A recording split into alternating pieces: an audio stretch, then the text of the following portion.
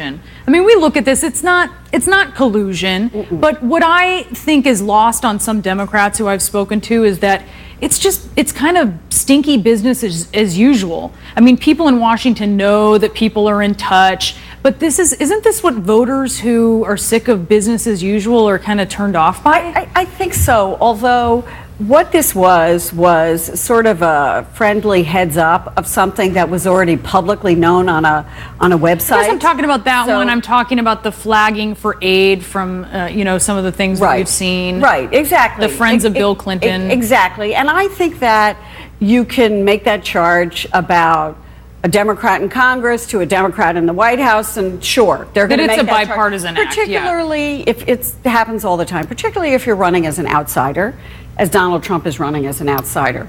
What interests me is the way the Clinton campaign is handling all of these charges, which is deflecting and saying, let's talk about the Russian hack. Right. Let's talk about why we know about this.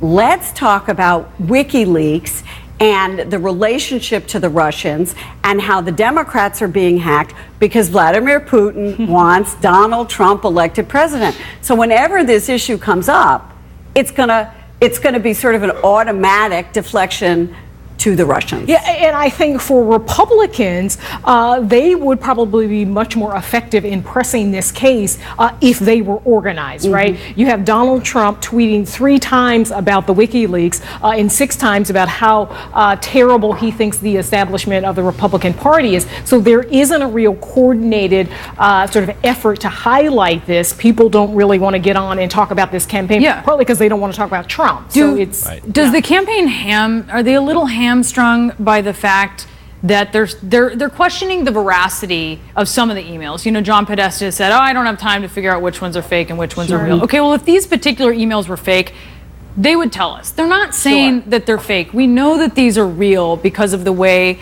that they're reacting. I mean, all the Clinton campaign would need to do would be to find one single email that was false and release that to the public, and that would cast doubt on all of the emails, but they haven't done that.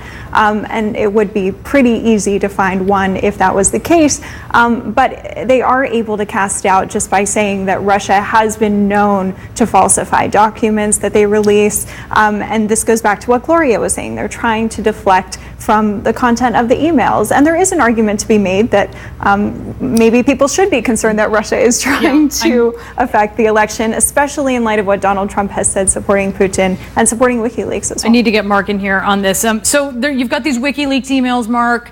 You've also got the RNC putting out emails that they FOIA'd and that have been verified by a network.